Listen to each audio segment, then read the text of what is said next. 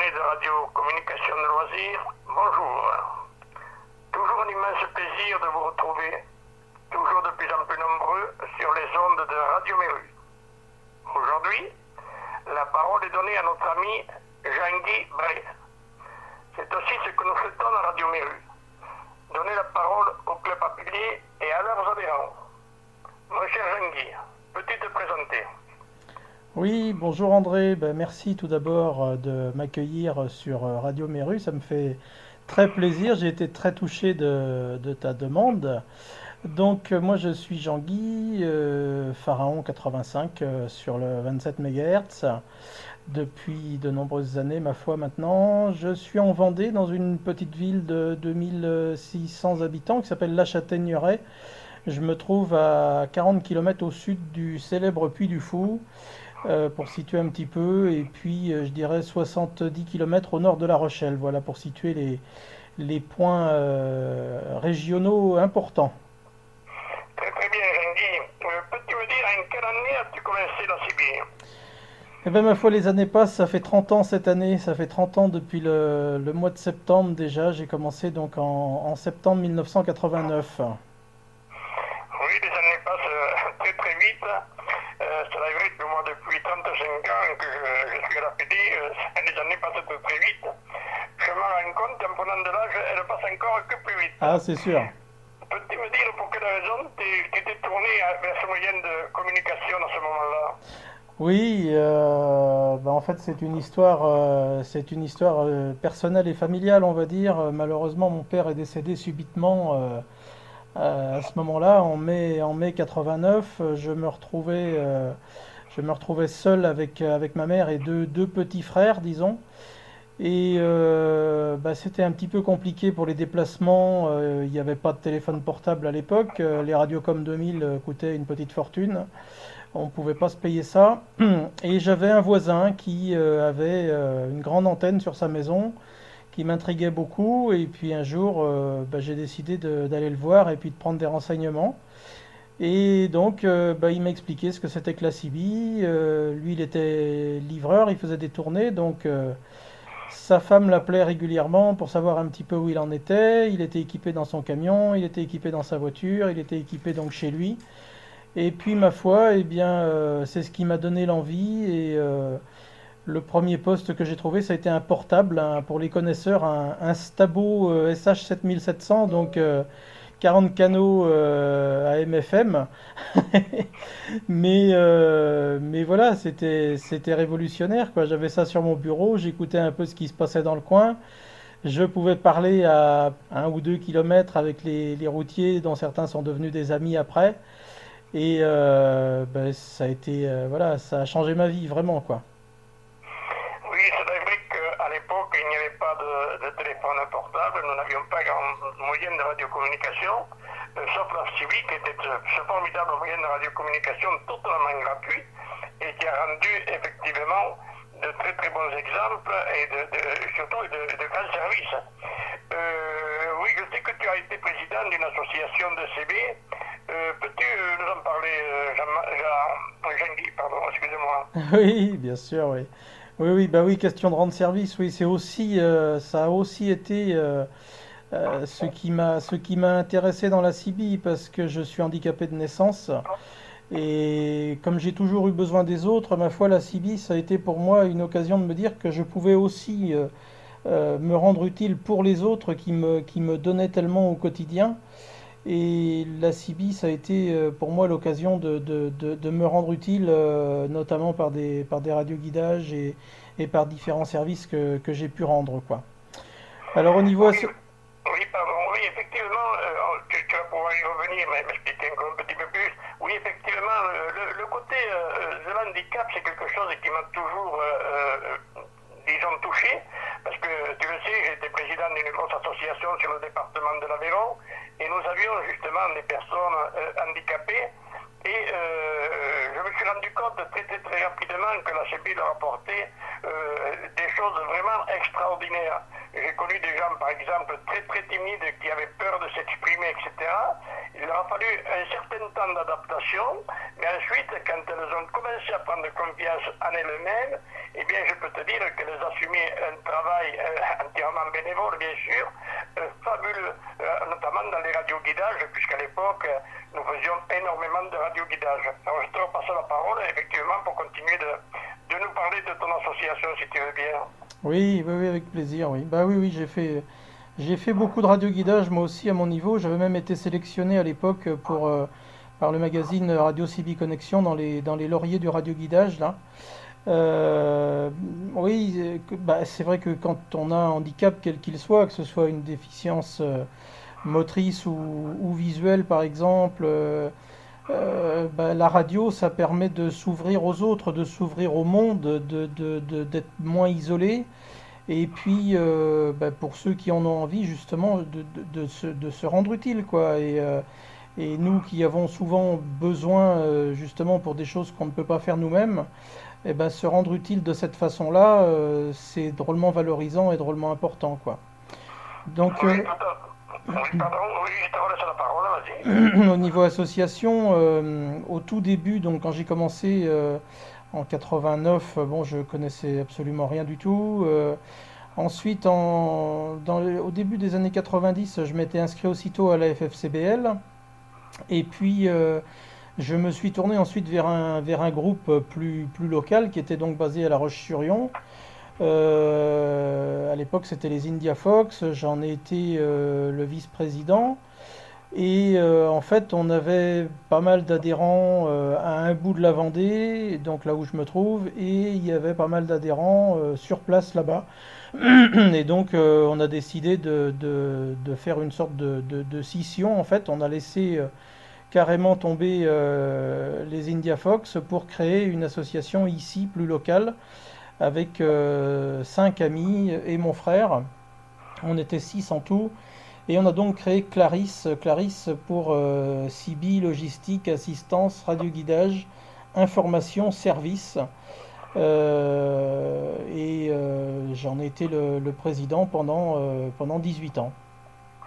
Très très bien, Jean-Guy. Oui, tu me parles de Clarisse, effectivement, c'était une association que je suivais d'ailleurs de très très près, pour une simple et bonne raison, c'est que on trouvait beaucoup d'articles sur les revues spécialisées, des articles vraiment qui tenaient la route, beaucoup d'articles techniques, et c'était très intéressant. Et il est vrai que vous faisiez un travail vraiment colossal, fabuleux, il faut quand même le souligner.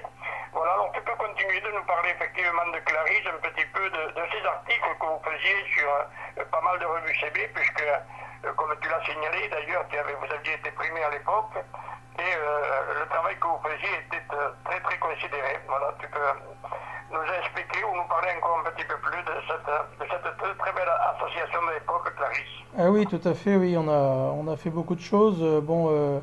Donc l'idée de départ, bah, c'était de se rassembler effectivement entre cibistes. Moi, je tenais absolument à ce que le mot radioguidage soit présent dedans parce qu'on était plusieurs membres à faire des radioguidages. Donc moi, sur la Châtaigneraie, il y avait un de mes amis qui était plus sur Fontenay-le-Comte. Ils étaient deux même sur Fontenay-le-Comte. Enfin voilà, on était plusieurs membres à œuvrer au niveau des radioguidages et de la veille du Canal 9 aussi à l'époque. Et puis j'ai eu l'idée, bah, juste avant de créer Clarisse, d'organiser un premier rallye touristique. L'idée c'était de faire découvrir aux gens des choses devant lesquelles ils passaient tous les jours mais qu'ils ne voyaient pas. Ça peut paraître idiot, mais on est dans une région où il y a beaucoup de choses à voir sur un plan historique et remarquable. Et ma foi, c'était l'occasion cette journée-là de rassembler jusqu'à une vingtaine d'équipes, 20-25 équipages, disons, et de passer une bonne journée à la découverte de lieux touristiques avec des énigmes et des choses comme ça. C'était drôlement bien. Il y en a beaucoup qui ont regretté qu'on arrête, mais bon, on avait parcouru toutes les communes du canton, et puis le prix du carburant commençait à coûter relativement cher.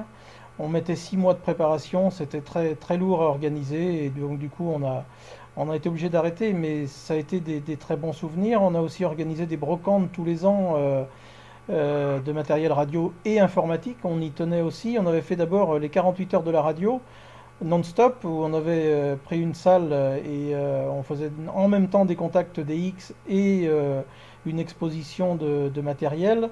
Donc sur 48 heures, c'était pas rien. Ensuite, on a varié vers des brocantes radio et informatique qui avaient toujours un franc succès. Ça amenait pas mal de monde.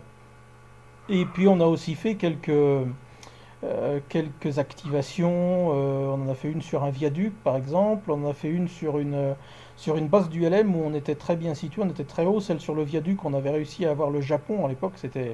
On était tous assez baba de ce contact.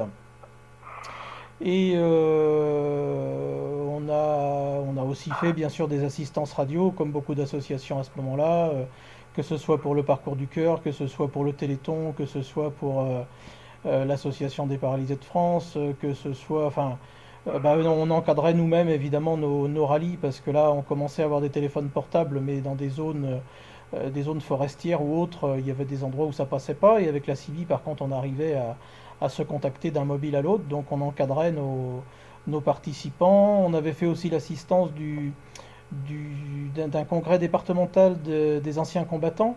Donc ça, c'était sur une zone donnée, mais moi j'étais au PC avec la gendarmerie.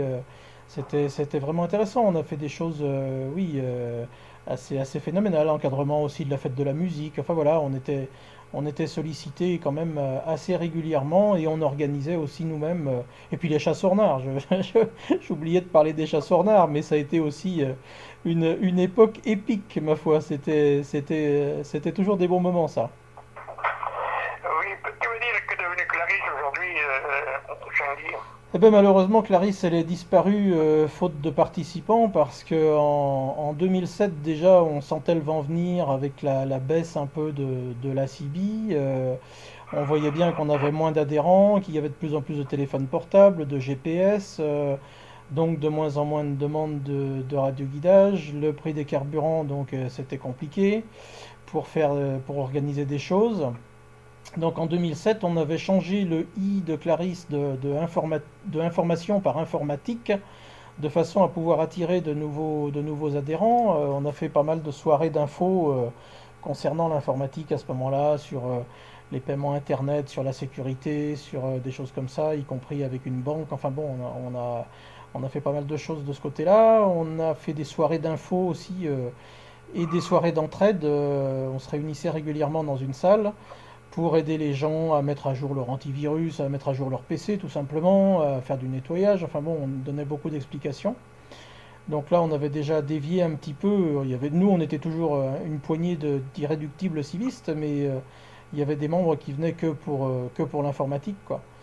Et puis en 2015, ben, on n'était plus que deux, donc ben, on a fini par se regarder et puis à se dire que ça servait à rien de conserver l'association malheureusement, et donc on a dissous Clarisse en 2015, mais j'ai gardé le site internet pour avoir toutes les archives, parce que justement toutes les activités qu'on a pu faire à l'époque sont sur le site que j'ai renommé CB Web Info, www.cbwebinfo.com, et sur lequel j'essaye de mettre régulièrement des infos, des nouveautés, des essais de matériel CB.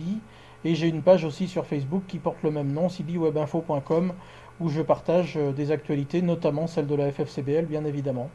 Voilà, puisque depuis que j'ai arrêté la présidence de Clarisse, eh bien ma foi, j'y rejoins à nouveau les rangs de la FFCBL et j'en suis bien content. Oui, je te remercie, Jean-Guy, de toutes ces précisions. Tu vois, ce qui est dommage un petit peu, mais tu le sais, puisque tu suis effectivement toute l'activité de notre fédération.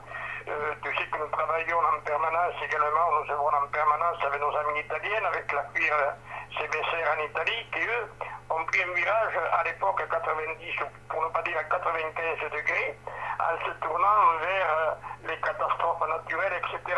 Et lorsque l'on voit le travail qu'ils réalisent, eh bien, ils ont le côté radio et le côté justement de tout ce qui est informatique, parce que là il y a justement un travail colossal à faire entre la radio et l'informatique. Il faut que tout ça aille de pair. Alors, je prends par exemple un exemple, puisque nous sommes allés nous autres à plusieurs reprises avec une colonne mobile participer aux opérations SRVOL qu'ils appellent, bien par exemple, les gens qui arrivent de l'extérieur sur l'opération, il faut qu'ils passent de suite par un secrétariat, un secrétariat qui est super bien formé, mais il faut une formation continue pour faire déjà l'enregistrement des personnes, parce qu'il faut les enregistrer, il faut leur mettre un bracelet, de façon à ce que l'on puisse vérifier les gens qui rentrent dans le camp, qui en ressortent pour aller vers une opération, puis qui en reviennent, voir si l'effectif est au complet, etc., etc. Et puis ensuite, il y a tout ce qui est tout le reste en informatique. Il y a par exemple les cartographes. Ils ont des commissions, les gens qui arrivent, hop, ils travaillent avec les ordinateurs, la cartographie, de façon à vite voir un petit peu le paysage, les endroits où ils peuvent aller monter les pontes qui s'appellent, c'est-à-dire les relais, etc., etc. Tout ça, ça va de pair, vois-tu. Mais également, si je pousse même encore beaucoup plus loin, tous les repas sont enregistrés, etc., etc. C'est-à-dire qu'il y a un travail colossal entre l'informatique, la radio, et puis ensuite tout le reste, les gens qui s'en vont sur le terrain, etc., etc. Et c'est vrai que là, peut-être, nous, encore nous Français et nous, structure française, nous passons un petit peu à côté de tous ces problèmes, alors que nous avons des risques avec ce réchauffement de la planète qui s'accélère et où toutes les bonnes volontés seront prises en considération, il ne faut pas en douter. Hein. Bon, tu le sais, nous sommes au ministère de l'Intérieur le 3 décembre, nous allons encore évoquer tout cela, et je sais personnellement et pertinemment que toutes les bonnes volontés seront prises en considération. Alors, je vais continuer de te poser des questions. Je sais que tu es toujours chimiste. Alors, oui, tu peux continuer à me dire quel est cet amour que tu as toujours pour la chimie. Ah oui, je suis toujours cibiste. Juste pour rebondir par rapport à l'informatique et la radio, nous, on l'avait compris depuis longtemps. D'ailleurs, l'informatique, elle était déjà très présente pour nous. Moi, l'informatique, c'est aussi une autre passion. J'ai commencé l'informatique au tout début des années 80 avec de la programmation en basique pour ceux qui se rappellent de ça, sur des ordinateurs Commodore et Thomson. Et donc, nous, c'est vrai au sein de Clarisse, on a été très vite informatisé, très vite équipé. Et d'ailleurs, quand on faisait les rallyes, mon frère, qui avait un monospace à ce moment-là, avait déjà équipé l'arrière avec un ordinateur et une imprimante pour faire les comptes au fur et à mesure des passages et des étapes des concurrents, de façon à ce qu'à l'arrivée, on gagne du temps et qu'on puisse établir le classement très rapidement, quoi. C'était super, quoi. C'était vraiment très pratique. Non seulement il avait la radio, mais il avait aussi le matériel informatique à bord du véhicule, quoi. C'était pas banal à ce moment-là. Et moi, c'est pour ça que j'ai pris le nom de domaine cbwebinfo.com, justement pour CB, web et info, informatique, information. Mais c'est pour ça que je voulais que le site qui est devenu le mien, donc qui était celui de Clarisse, que ce site porte ce nom-là, cbwebinfo.com. J'y tiens beaucoup parce que justement, je pense que la radio d'aujourd'hui, on est peut-être aux prémices, mais que la radio aussi de demain va être vraiment liée à l'informatique, quoi. Donc voilà. Cibiste, oui, je le suis toujours. Je pense que ça changera pas. Même quand je change de voiture, je trouve toujours une bonne âme pour m'aider pour remettre le matériel Cibi dedans. Je suis plus équipé correctement en fixe malheureusement aujourd'hui, mais toujours en mobile, oui, un petit peu en local et puis plus en longue distance, disons, quand Dame Propagation me fait le plaisir de m'accompagner sur mes déplacements, quoi, parce que on est quand même très tributaire de ça, mais c'est toujours un plaisir de pouvoir faire la causette avec des gens qu'on connaît ou des gens qu'on connaît pas, mais ça reste toujours un grand plaisir. Et puis je pense avoir vraiment l'âme cibiste dans le sens être à l'écoute des autres et toujours rendre service avec plaisir, quoi. Voilà. C'est formidable, Jean-Guy. Parle-moi un peu justement du DX, parce que je sais que tu as pratiqué, tu pratiques toujours un petit peu le DX. Est-ce que tu as deux ou trois petites anecdotes à nous raconter? Oh, bah, des anecdotes, oui, il y en a toujours. La plus longue distance, je pense, en DX que j'ai fait, c'était un voilier au large des îles Mariannes, donc carrément tout à l'autre bout là-bas dans le Pacifique. Et le contact certainement le plus mémorable, pour ne pas dire le plus beau, parce que c'était des circonstances très particulières, c'était un casque bleu sur l'aéroport de Sarajevo au moment où il y avait le gros conflit qu'on a tous connu. Il avait un président Lincoln et c'était un gars de Nantes en plus, donc pas très loin d'ici, qui avait emporté son Lincoln avec lui et qui modulait sur l'aéroport de Sarajevo, quoi. Le tout confirmé par carte QSL, donc ça c'est des moments qu'on peut pas oublier, quoi. Bon, autrement, oui, c'est pas pour me vanter, mais j'ai fait beaucoup de pays en BLU, bien sûr en FM aussi. À une époque, on avait beaucoup de propagation en FM, donc beaucoup de pays de l'Est, y compris la Russie, la Pologne, enfin bon, beaucoup de contacts, quoi. Un chauffeur de bus, une fois je me rappelle, au sud du Portugal. Bon, voilà, les aléas de la propagation, ça va parler à tous les auditeurs et tous les cibistes, évidemment, qui nous écoutent. Je pense qu'on a tous des anecdotes à raconter là-dessus, plus ou moins croustillantes, mais on a tous des contacts plus ou moins mémorables, quoi. Tout à fait, tout à fait. Tu partages régulièrement, je vois sur Facebook, des publications sur l'application Cimetalk de Midland. Peux-tu nous en expliquer un petit peu le principe, hein? Ah oui, alors ça a été une petite révolution, révélation, je ne sais pas trop comment on peut dire, mais bah, il y a un an, il y a un petit peu plus d'un an, c'était début septembre 2018, j'ai découvert tout à fait bizarrement sur Facebook justement qu'une application permettait bah, pratiquement de faire de la CB, quoi. Enfin, ça me paraissait tellement étonnant comme truc que, évidemment, je l'ai installé. Alors les puristes vont dire oui, il n'y a pas d'antenne, il n'y a pas ci, c'est pas de la radio, machin, gna gna, bon on connaît. Ceci dit, bon, c'est pas de la radio, quand on se sert d'un téléphone portable, on est quand même sur des ondes radio, n'en déplaise à certains, même si là évidemment on passe par des systèmes de relais et des systèmes informatiques, c'est évident, comme quoi je disais tout, ça revient à ce qu'on disait tout à l'heure, que l'informatique et la radio sont complètement liés. Donc CB Talk, c'est une application donc, qui a été lancée par la société Midland, oui, sur le principe du POC, du Push Over Cellular, donc du principe d'émettre en radio, mais sur les téléphones portables, qui est sans doute l'avenir, la radio de l'avenir, qui lie en même temps le téléphone portable, pourquoi pas le PMR 446, la VHF, l'UHF, et divers moyens de communication, que ce soit à l'unité, que ce soit en groupe. On en veut pour preuve, par exemple, les actions réalisées par la société Néotrans aussi, qui propose des solutions pour les entreprises en particulier et pour les secours. Donc ça, c'est très intéressant. Et donc CB a été un peu une application pas tout à fait précurseur, parce qu'ils avaient sorti BT Talk avant, qui est plus dédié aux motards et qui permet de discuter en groupe. CB c'est plus l'esprit, je dis bien l'esprit de la CB, l'esprit du 27 mégas, l'esprit des canaux banalisés. C'est-à-dire qu'il y a une partie groupe où il y a 15 groupes par pays ou par nation. C'est un peu comme les divisions en CB. Il y en a un petit peu moins, mais bon, par exemple, l'île de Man va être considérée comme un pays, hein, sur CB Talk.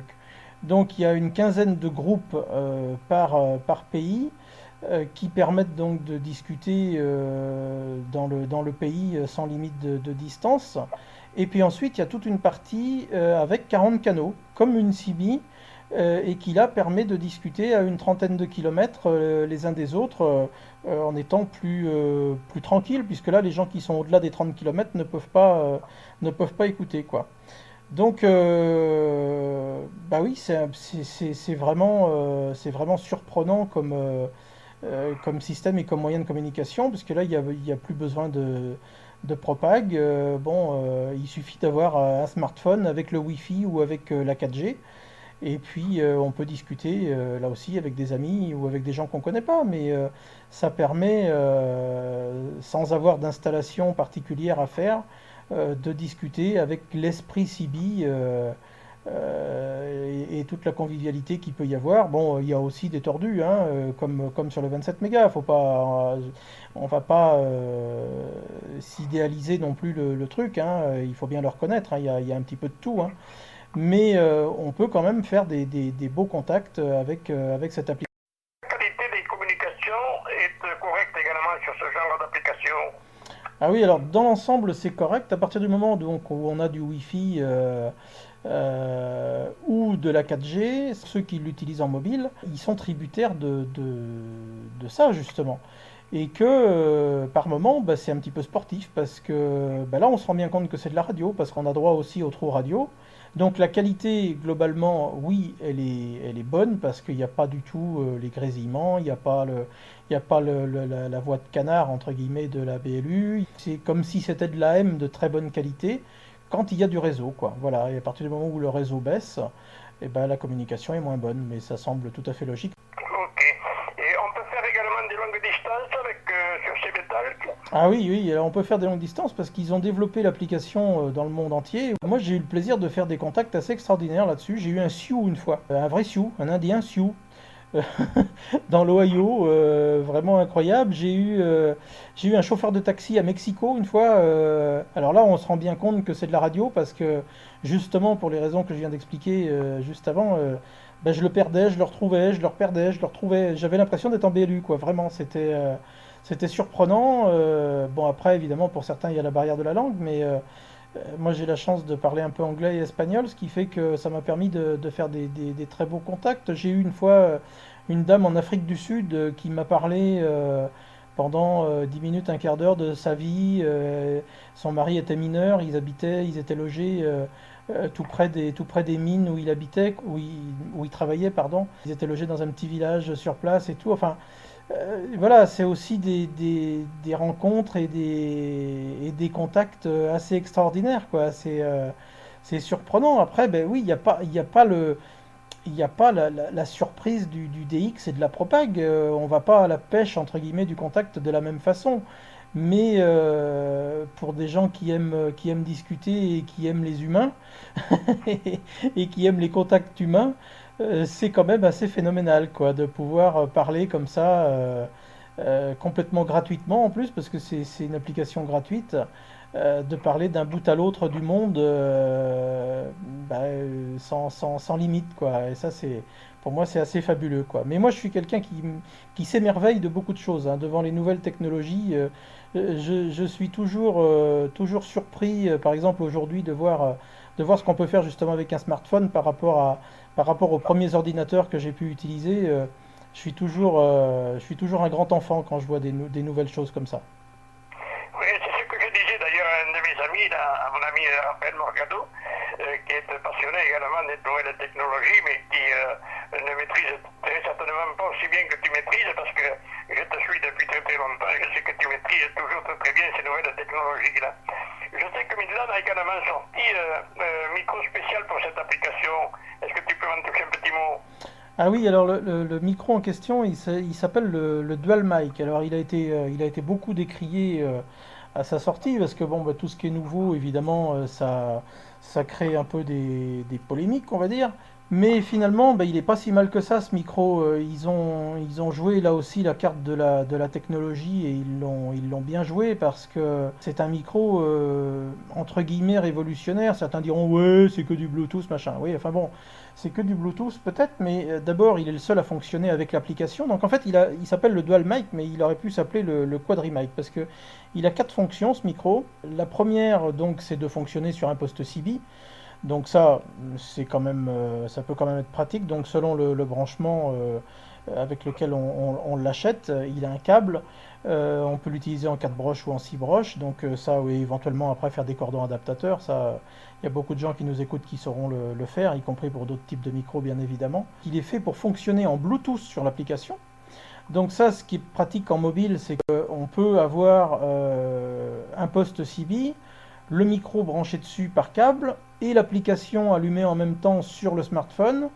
Et grâce à la double pédale PTT du côté du micro, quand on appuie en bas, on émet sur l'application, et quand on appuie en haut, on émet 27 mégas et qu'on s'éloigne, on se perd. et ben on se dit tiens, on se reprend sur tel groupe ou tel canal sur l'application, et toc, on peut se retrouver et continuer le contact, quoi. C'est quand même pas banal. Son autre fonction intéressante, c'est qu'il fait kit main libre pour les téléphones portables. Donc, si on est en communication sur l'application et qu'on reçoit un coup de fil, on peut décrocher directement avec le micro. Donc ça, c'est quand même bien pratique. Et puis la petite cerise sur le gâteau, c'est qu'il fait aussi haut-parleur amplifié en fait pour écouter de la musique sur le micro directement grâce au smartphone ou via le Bluetooth. Donc ça peut aussi servir par exemple avec un ordinateur en Bluetooth. On peut écouter ses musiques préférées par le biais de ce micro, quoi. Donc c'est quand même c'est assez innovant comme système, quoi. Oui, sais-tu si une évolution est prévue pour ce micro? J'ai entendu parler d'une seconde version. Oui, alors effectivement, j'en ai eu la confirmation ce matin d'ailleurs par le directeur de Midland France, Richard Ricoul. Effectivement, donc on a vu on a vu une démonstration d'un nouveau dual mic, d'une série 2, il y a quelque temps par Mirko, qui est le développeur de chez Midland, l'ingénieur de CB-Talk et du dual mic. Il a fait une démonstration d'une version 2 qui va être encore plus révolutionnaire parce que tout simplement on va vraiment pouvoir l'utiliser sans fil cette fois. C'est-à-dire que la partie basse du micro a un sabot sur lequel il va se poser, mais on va pouvoir l'enlever du sabot. Donc il va vraiment pouvoir servir de micro sans fil pour quelqu'un qui n'a pas de poste CB.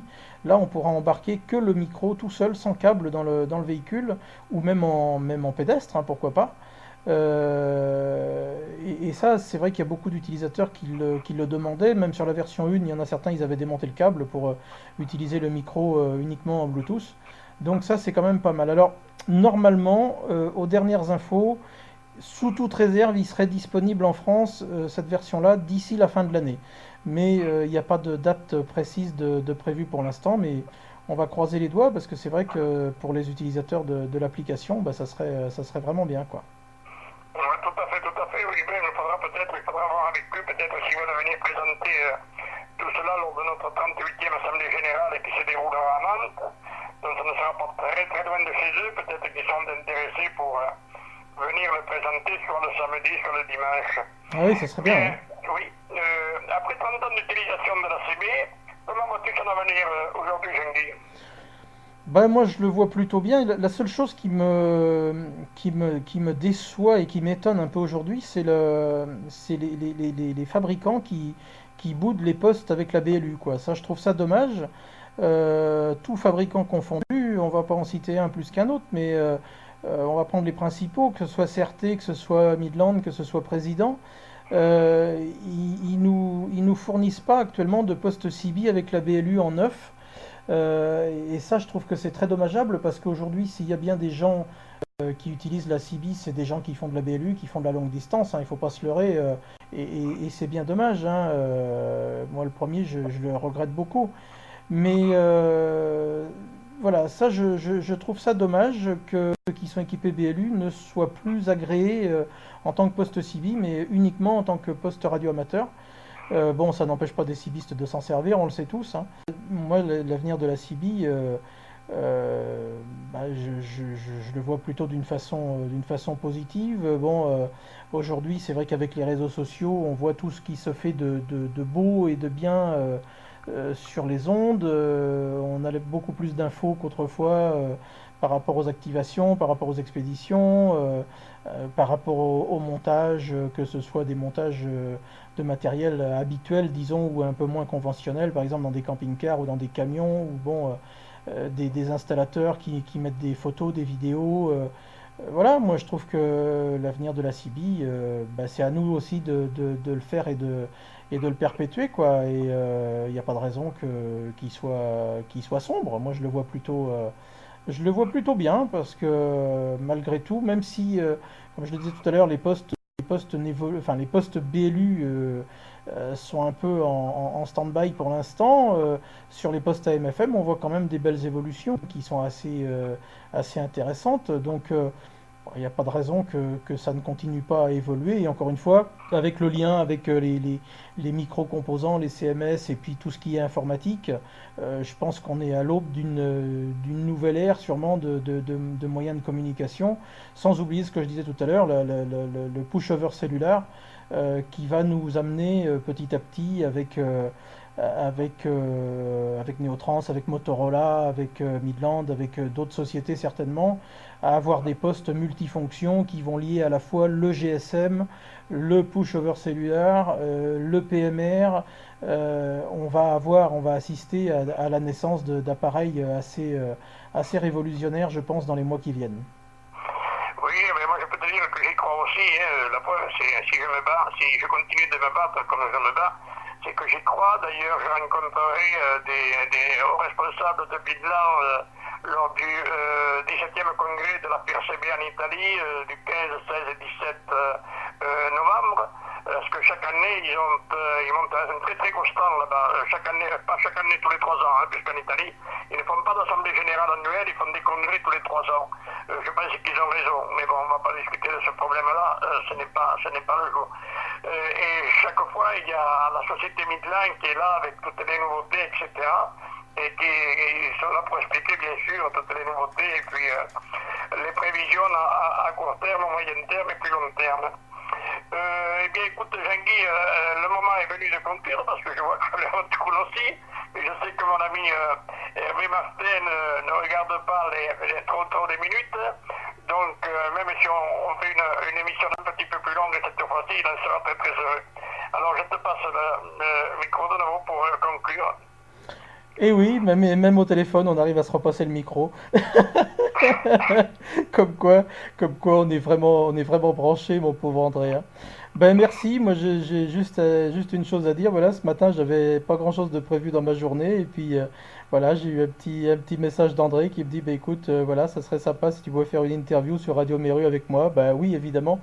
Évidemment, hein, c'est un grand oui et un grand plaisir. Donc merci André, merci Hervé Martin, merci Radio Méru.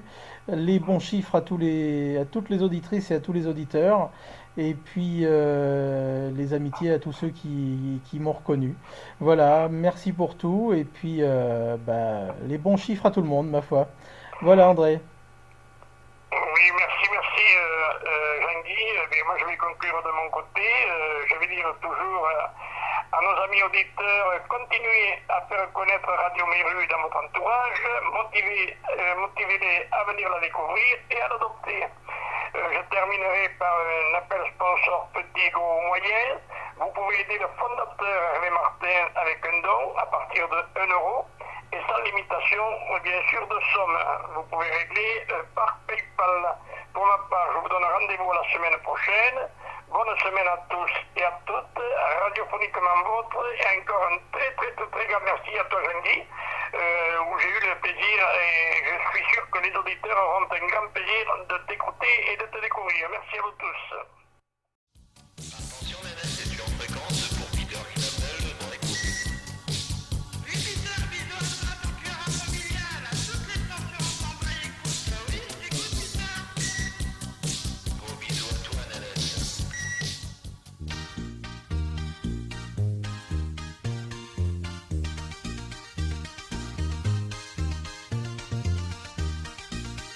Zing